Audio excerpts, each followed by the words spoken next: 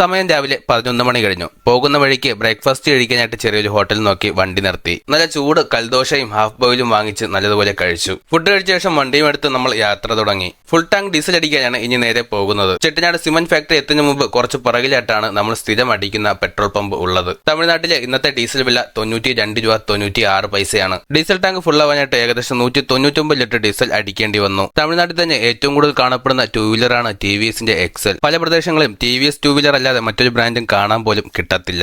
Air check ചെയ്യാനും Greece അടിക്കാനുമായിട്ട് ഇനി നേരെ പോകുന്നത് കമ്പനി വർക്ക്ഷോപ്പിലോട്ടാണ്. പെട്രോൾ പമ്പിന്റെ പുറകിലായിട്ട് തന്നെയാണ് നമ്മുടെ കമ്പനി വർക്ക്ഷോപ്പ് ഉള്ളത്. പെട്ടെന്ന് തന്നെ ഗ്രീസ് അടിച്ചും എയർ ചെക്ക് ചെയ്ത ശേഷം നമ്മൾ നേരെ ചെട്ടിനാട് സിമന്റ് ഫാക്ടറിയിലോട്ട് യാത്ര തിരിച്ചു. പോകുന്ന വഴിക്ക് തന്നെ ഫാക്ടറിക്ക് അകത്തോട്ട് പോകാൻ വേണ്ടി മാത്രമുള്ള ഗുഡ്സ് ട്രെയിനുള്ള ട്രാക്കും കാണാം. കമ്പനിക്ക് അകത്ത് എത്തിയപ്പോഴത്തേക്കും സമയം ഏകദേശം ഉച്ച 1 മണി കഴിഞ്ഞു. 100 കണക്കിന് ബൾക്കറും ലോറികളുമാണ് ഇവിടെ സിമന്റ് എടുക്കാനായിട്ട് വന്ന് പാർക്കിംഗിൽ കിടക്കുന്നത്. പാർക്കിംഗിൽ വണ്ടി ഒതുക്കിയ ശേഷം നമ്മൾ നേരെ രസീത് വാങ്ങാനായിട്ട് ഓഫീസിലോട്ടാണ് പോകുന്നത്. പാർക്കിംഗ് അടുത്തുള്ള ചായക്കടയിൽ നിന്ന് അണ്ണൻ ഒരു ചായയും വടയും, ഞാനൊരു പനീർ സോഡയും വടയും കഴിച്ചു. പനീർ സോഡ ഞാൻ ആദ്യമായിട്ടാണ് കുടിച്ചത്. പനിനീരിന്റെ മണവും നല്ല മധുരവും ഉണ്ടായിരുന്നു പനീർ സോഡയ്ക്ക്. ഇനി ലോഡ് എടുക്കാനുള്ള രസീത് വാങ്ങാനായിട്ട് ഓഫീസിലോട്ടാണ് പോകുന്നത്. കമ്പനിക്ക് പുറത്ത് പാർക്കിംഗ് ഏരിയയിലാണ് ഈ ഓഫീസ് ഉള്ളത്. കമ്പനിക്ക് അകത്തോട്ട് സിമന്റ് എടുക്കാൻ ഒരു ലോറിക്കൊപ്പം ഒരു ഡ്രൈവർക്ക് മാത്രമേ പ്രവേശനമുള്ളൂ. ലോഡ് എടുക്കാനുള്ള രസീതും വാങ്ങിക്കൊണ്ട് സിമന്റ് എടുക്കാനായിട്ട് കമ്പനിക്ക് അകത്തോട്ട് പോകുന്നത് ഇനി വരുണണ്ണൻ മാത്രമാണ്. അതുവരെ പുറത്ത് ഡ്രൈവേഴ്സിന് വേണ്ടി മാത്രമായിട്ട് ഒരു വിശ്രമ മുറിയിലോട്ട് ഞാൻ കയറി. എല്ലാവരും കിടക്കുന്ന പോലെ ഒരു വശത്തെ പായും പിടിച്ച് ഞാനും കിടന്നു. ഉച്ച കഴിഞ്ഞ സമയം 3 മണി കഴിഞ്ഞ് സിമന്റ് എടുക്കാനായിട്ട് അകത്തോട്ട് കയറിയ നമ്മുടെ വണ്ടി രാത്രി 9 മണി കഴിഞ്ഞാണ് സിമന്റ് ലോഡ് എടുത്തുകൊണ്ട് പുറത്തോട്ട് ഇറങ്ങുന്നത്. സിമന്റ് ലോഡ് കൊണ്ട് പുറത്തോട്ട് ഇറങ്ങിയ ആദ്യത്തെ പരിപാടി പായിടലാണ്. പായിടാനായിട്ട് ഇവിടെ ഒരുപാട് തൊഴിലാളികളുണ്ട്.